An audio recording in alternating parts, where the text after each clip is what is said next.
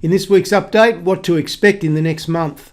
Uranium becomes the new market darling, growth stocks continue to outperform value, and precious metals continue to point to the downside. My name's Garry Davis, and as always, this is general advice, and please remember to like and subscribe to the video. All right, let's start with the market perspective. We've had a long period now where the S&P index has just gone 3 steps forward, 1 step back. And the 1 step back has been generally not more than a few days.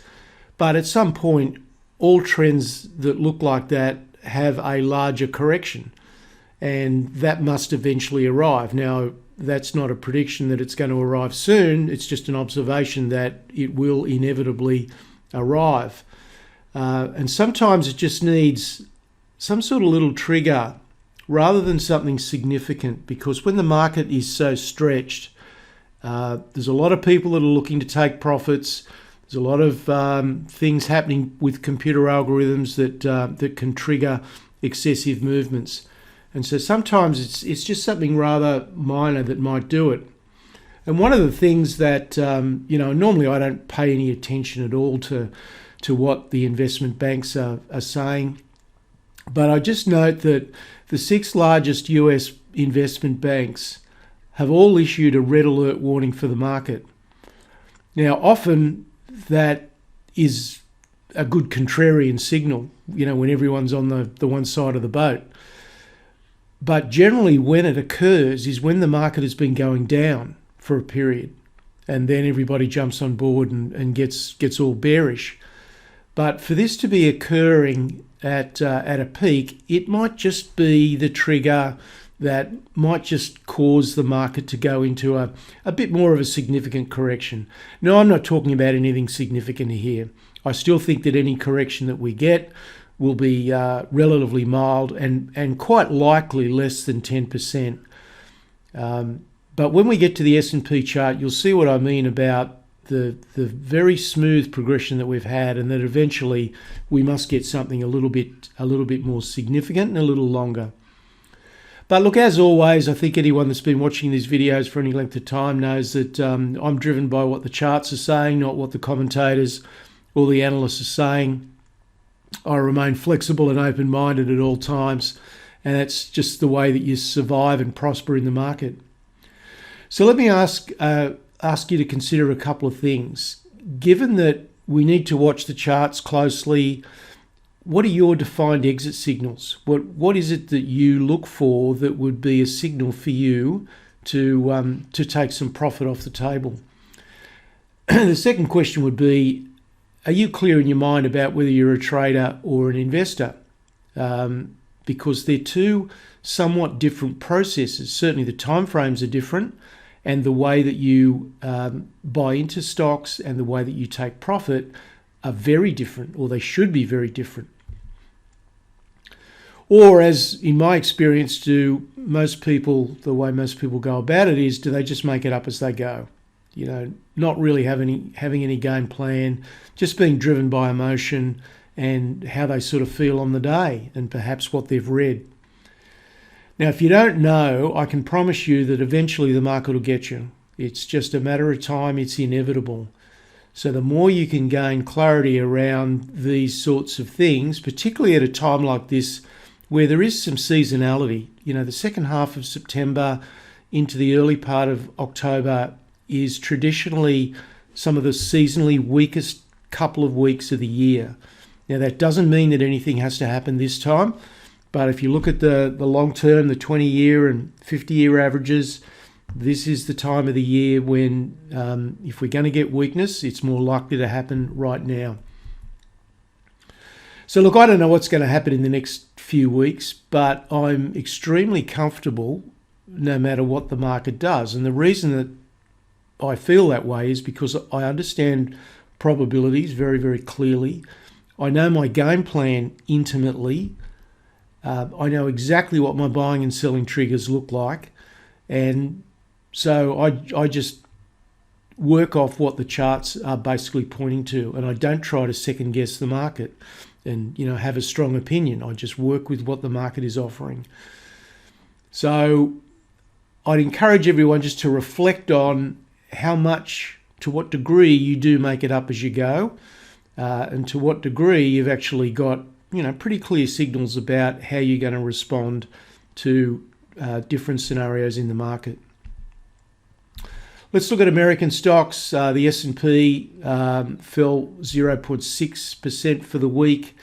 It was big tech that led the stocks down on Friday. When I saw the index result on Saturday morning, I thought, most stocks have sold off because the index was down a little bit sharper than it has been. But when I went through a couple of hundred charts and saw how many stocks actually went up, and how many small cap stocks, did reasonably well, it was a very strange session. The small caps tended to hold their ground, but it was Apple and Google and Amazon and Facebook and those sort of stocks, Netflix, that actually dragged the indices down. So that's a pretty interesting and unusual circumstance. It was options expiry day, and anything can happen around options expiry. So at the moment, I'm just putting it down to that. Now, growth is still leading value, as we'll see from the ratio chart that we look at each week. And of course, the big news story is uranium stocks have just been on an absolute tear. And they took a bit of a breather in the last few days, which is a really good thing because it was just getting far too hot. So the fact that uranium stocks have pulled back is a very positive development. The US dollar was up again to 93.2. I'm not really sure that I have a strong opinion about the direction of the US dollar, but it is getting back towards the top of its trading range. 10-year yield inched up a little bit to 1.37, and the VIX kicked up to about 20.5 with the pullback in those large cap stocks. So let's look at some charts. We'll start first of all. This is the Russell 1000 growth versus value. So this is essentially the large cap end of the market, and you can see that since the lows that we had in May, that ratio has continued to move higher quite steeply, and we're almost back to the position we were in back in September of 2020. So growth stocks are certainly where the money is flowing at the moment, no question about that. Now, if we look at the small caps, so this is growth, small cap growth versus versus small cap value, and again, very similar pattern. We had a strong move into value stocks from November when the vaccinations or the vaccines became available. That bottomed in May, and since then the money has definitely flowed back into growth.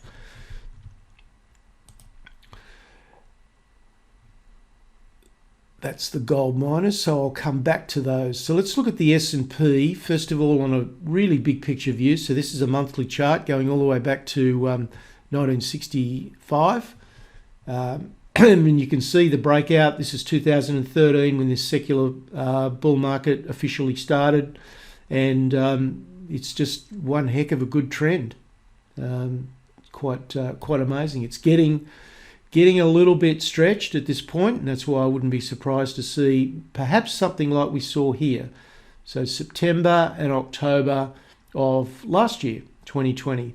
So this would be a pretty timely time of the year for this to happen. But zeroing into the individual chart, you can see that the down periods, we had 3 days here, a little bit more here in March, but generally it's just a couple of days, and that's all, and it's off again. But at some point you get a bit of a bigger correction, like this one was, that actually takes us down below the 50-day, perhaps even to the 200-day, and you get more of an ABC pattern. So you get an initial drop, that's your A leg, you get a bounce, is the B, and then you get a final move to the downside. So that is a possibility at this point in time. So we'll see what the market delivers. Now, if we look at the Nasdaq, you can see it's looking pretty much the same as the S&P, maybe a little bit stronger.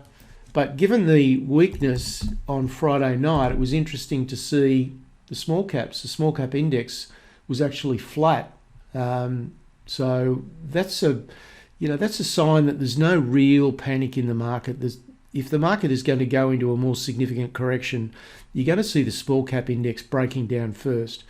IWM would be down here somewhere, down in this area.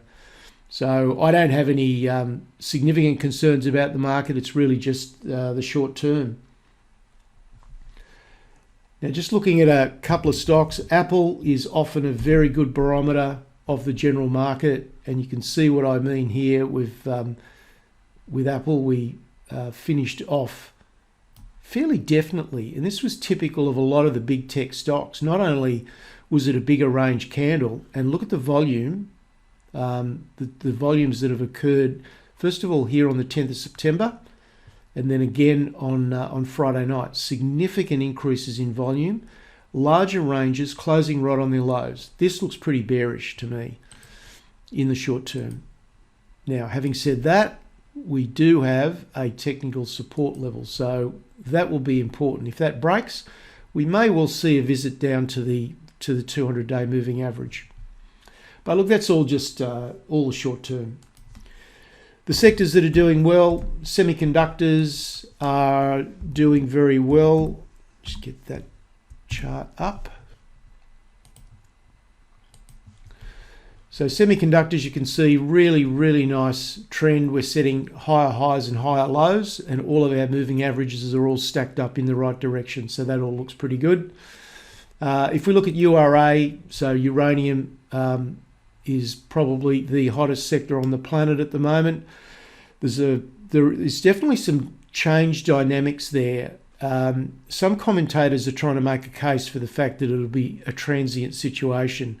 I'm not embracing that thought at all. I think there are some long-term structural issues that have been on the table for about 3 years, and there are some relatively new developments as well, such as funds buying physical uranium and effectively taking it out of the market, that I think are going to trigger the long overdue re-rating in uranium price. And that's already occurring. So this is URA. This is the ETF that covers uranium stocks, and you can see the tremendous surge, the breakout, and look at the volumes. But also look at the volumes that came out in the last few days. So this is a market that definitely went too far too fast, and we'll quite possibly see a pullback to test this breakout. Might bounce around here for a few weeks or a few months, but I think the long-term outlook for uranium stocks looks pretty good. And just one other to mention, of course, is this is the LIT, the lithium ETF. There is a version listed in Australia. This is the US one. You can see again, this is a terrific trend. We had a great breakout. We've had a consolidation here over the last month, and the outlook for uranium with some recent pricing almost doubling the pricing that was achieved only a few months ago is looking extremely positive. So lots of very good signs there. Turning now to Australia, the Aussie dollar was down to 72.25. And our index finished even for the week, but I would suggest that it's probably going to take a little bit of a downward step on Monday. Materials sector was the huge drag. We've got the iron ore price plummeting very quickly. We've got all the issues around BHP's reorganisation of its business, and Fortescue, I think, was down around 11% on Friday. So the whole sector has been hit very, very hard, and that was a huge drag to our index. But uranium, battery materials, and a whole raft of different technology disruptors across many different industries, from industrial to biotechnology to healthcare, they're continuing to surge. But the volatility is very high, and so in terms of what I expect the next month to look like, is I think we're going to see some consolidation of some of these really strong moves that we've seen. I think the volatility is going to maybe not be quite as extreme as we just saw on URA, but it's probably going to be higher than what we have seen. So I think that's the most likely outcome for the next few weeks. All right, so let's just look at the currencies first of all. This is the US dollar. So wind back, take a bigger picture perspective. So if you look at the very short term, you can say, well, we've got higher highs and higher lows in the US dollar. But that's, I think, too short term a view. If we pan back and look a little bit wider, you can see in March of last year, the US dollar shot up to above 100 with the COVID crash, but then has moved all the way back down to just under 90 and is consolidating. So on a bigger picture view, this is a consolidation in a downtrend. Now, we can always break out of that downtrend, and that really we're getting to those key areas here. So I think we're getting close to a point in the market that we're going to know for sure which way the US dollar is going to go. Is it going to continue in this range, or is it actually going to break out? Now, we had a little breakout on the 19th of August, had a little look over the top, pulled back again, but we've formed a higher low and it's moving up again. So I guess I lean to the dollar being probably heading up, but I don't have a strong opinion about it. But if we look at the Australian dollar, it has really come back quite sharply with not only the US dollar but also the the consequences of the iron ore price having come off. It's really doing some damage to our federal economy, that's for sure. Now, just while I think of it, this is Bitcoin. Not a lot of change in the last week. Edged up a little bit, but not a great deal happening there. So if we look at the ASX 200, you can see pretty flat for the week, but we are definitely starting to lose momentum. So all through this period here, we were tracking above the 50-day moving average. Now we're down below it. So it may just be the start of a bit more weakness, but the real drag, there's the materials sector. So that's the real drag. We hit a high in August, early August, so it's only been about 6 weeks. But you can see got an absolute smashing on Friday, and look at the volumes as well. So that is really a drag on our market. If we look at the small caps though in Australia, and this is a really good story because the small cap index continues to power upwards, and it's as strong as any part of the market. So that's definitely where the money flows are in Australia. That's definitely where a lot of the profitability is. There's the energy sector. So it's looking very somber, has responded a little bit to the higher oil price, but not to any meaningful degree yet. Finance still continues to work its way up, but it's perhaps plateauing. And finally, healthcare, which is very, very significant part of our market, is back knocking on the door of all-time highs. Turning now to precious metals. So this is gold on a weekly basis, and you can see we're in a downtrending channel if you look at that view, but you could also argue that we're just in a sideways consolidation on a shorter term basis. From what I'm seeing with the stocks, I have to lean to gold being in a downtrending channel, and therefore it's possible we could make a run towards the bottom of that trading channel, which takes us down to around the 1600 area at the moment. And because it's a declining channel, then the longer it takes, the further the bottom of that channel becomes. Now, it doesn't mean the price has to go all the way to the bottom, but certainly that is the direction at the moment, and the miners are sort of pointing in that direction as well. If we look at it on a daily, you can see there was a very big move down in gold on Thursday. If we look at silver, this chart looks pretty ugly, I've got to say, and we've now broken support and did it fairly emphatically on Thursday and Friday.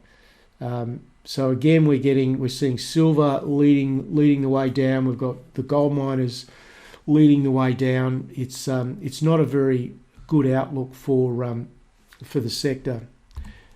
Now, if we look at GDX, let's take a bigger picture view of GDX. You can see that we had a peak in early August. This is where we are right now is a very important long-term support and resistance zone between here and here, because it picks up all these major highs and lows. So a breakdown here is significant. And the other point about it is that there isn't a lot of support until perhaps you could get down to the lows that we saw in March of last year, which is somewhere down around 16. Now the GDX at the moment is about 30. So we're talking about GDX potentially losing up to 50% of its value. Now, I don't think that's going to happen, to be honest, but from a purely charting point of view, there's not a lot of support in that area. Now, the price will not go straight down.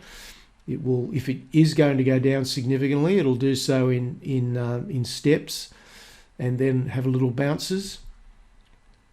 But the other important thing is here, if you look at where these significant volume spikes are, all these volume spikes, they're nearly all red. There's one green one there, but they're nearly all red. So that means that the biggest volumes are occurring on the most significant down days. So if you look at these 2 days here, highest volumes, significant volumes coming off this little peak here. Again, more volumes here, and of course, just in the last couple of days, a significant increase in volumes. So the outlook there from the charting point of view on the miners is certainly looking a bit shaky. But the chart that really got me on the bearish foot with the sector was when GDXJ, the junior miners, broke down, and that occurred in August, in the middle of August, so about 4 weeks ago. And that's been a significant breakdown. We rallied back, retested the breakdown, which again is normal. In fact, did it a couple of times. So it's been a trend that's hard to hard to manage on the very short term. But if you step back, the 200-day moving average has rolled over.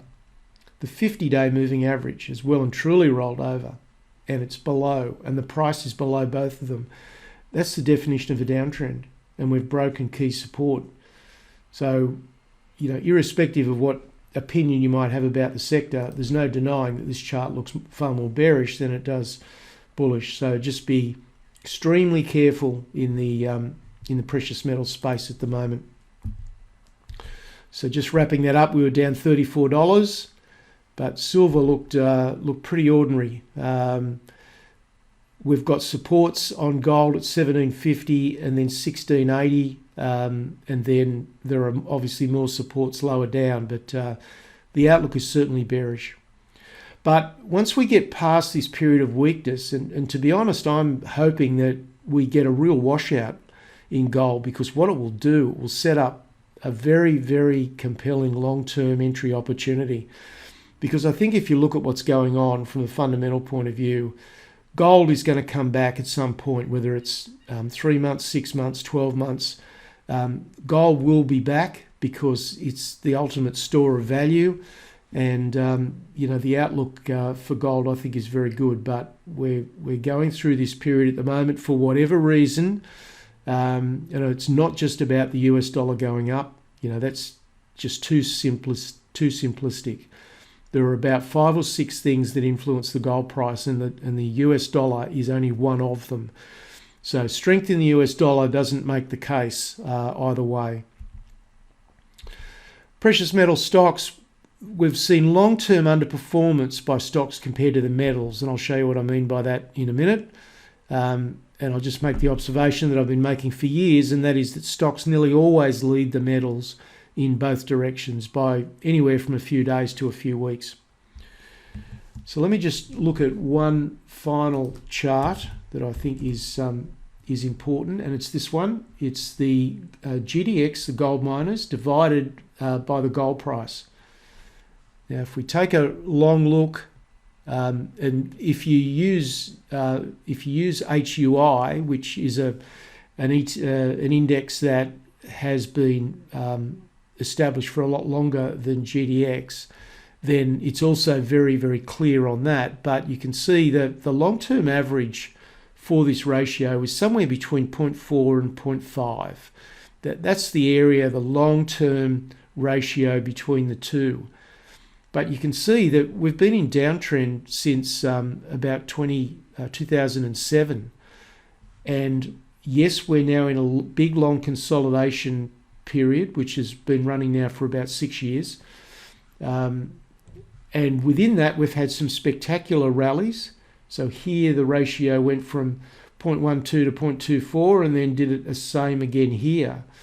So there's been some spectacular rallies, but overall, the ratio between the value of gold stocks relative to the value of the gold price is significantly lower than the long-term average.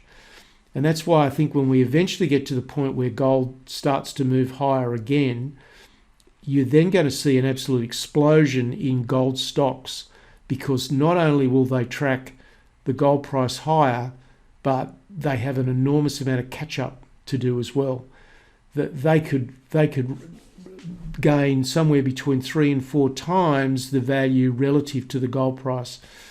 So I think longer term, there is a point coming where gold stocks are going to have their day in the sun again. Turning to other commodities, copper was down a little bit, down to 4.22. Currency effect really there. Nickel was off a bit as well, dropped back down below $9. But look, these moves weren't about the fundamentals. It was really just about the currency to a large extent. Crude is continuing to rise up to 71.82. And I'll just take a quick look at the crude oil chart. I don't have a crude oil chart in Optima that I use, but if we look at, this is the West Texas Intermediate crude chart over the last 5 years. So you can see we've fluctuated from highs up around 72 all the way down to 20. So that's the big picture, and you can see there's been a very substantial rise since the middle of, or the early part of last year. Let's zero in a little bit. We look at the last year. It's been pretty much strength all the way, and you can see we're now getting back very close to a double top in the crude oil price.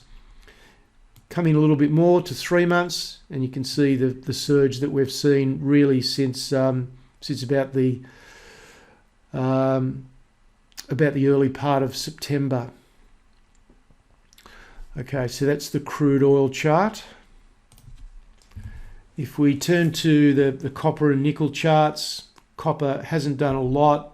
If we look at the 5-year copper warehouse levels, interestingly, they've kicked up a little bit in the last few weeks, but not a lot of change really in the warehouse levels. But where it becomes really obvious is in nickel.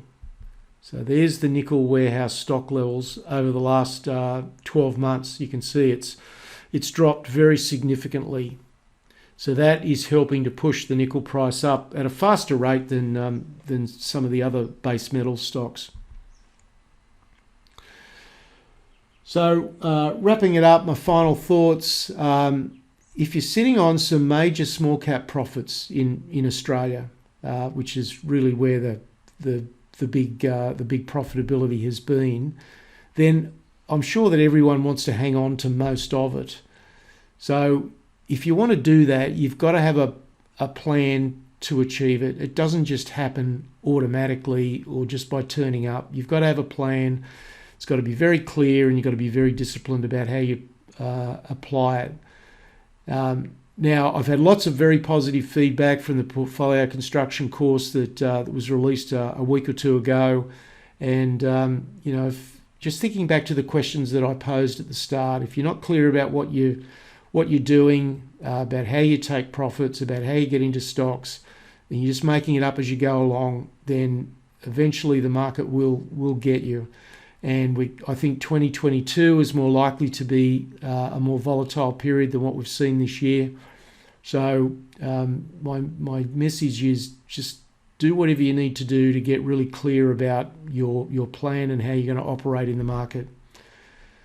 Portfolio analyst last week, the uranium sector, we looked at the uranium sector game plan, so put together something specific for that about how to buy in, how to take profit, how to structure it. We looked at converting an existing position in a very profitable stock that had become extremely large in the portfolio, how we convert that into a core plus trading portion approach, which just makes it psychologically easier to leave yourself open to the potential upside, but to perhaps take some profit off the table at appropriate times. We also looked at lithium stocks, and we also looked at the outlook for BHP, which is a fairly complex set of dynamics at the moment. So that's it for this week. There's more information on the website. There's my email address, and I'll be back with you next Sunday. Cheers.